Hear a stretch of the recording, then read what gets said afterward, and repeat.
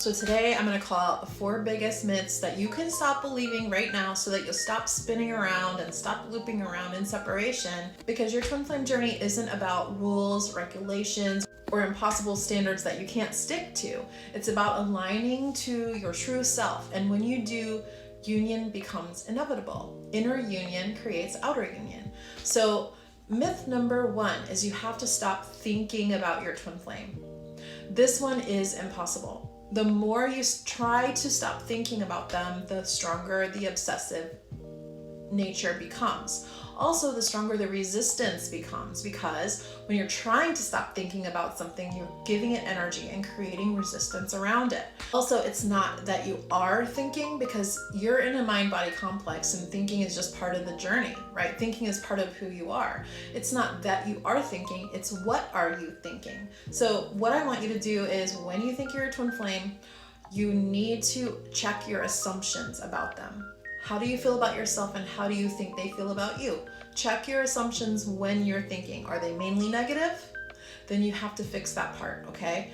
So what story are you telling yourself about them and about what they're thinking of you? That's the most important part when you're trying to stop thinking.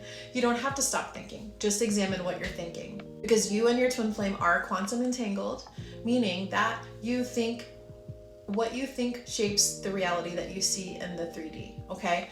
So they can only ever reflect back to you what you really feel about yourself. So self-concept work in this journey is really important, because they're you. Myth number 2 is that you can't be with them because wanting to be with them is not spiritual. I know you've heard this one before. This one is really ridiculous. Who told you that desiring, giving full love, and receiving full love unconditionally is not spiritual? It's actually the epitome of spirituality.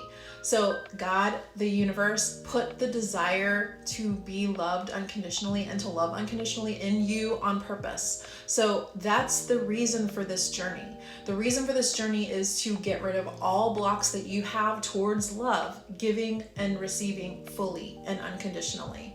That's what the journey is about. So desire isn't the problem. It's fear, attachment, and control that are the problem.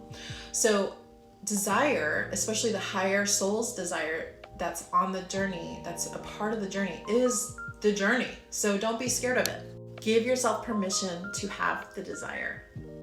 Myth number 3 is that you have to be perfectly balanced before they will come back, or they won't come back, or they won't stay. Now, if your mind has ever told you that you're not good enough,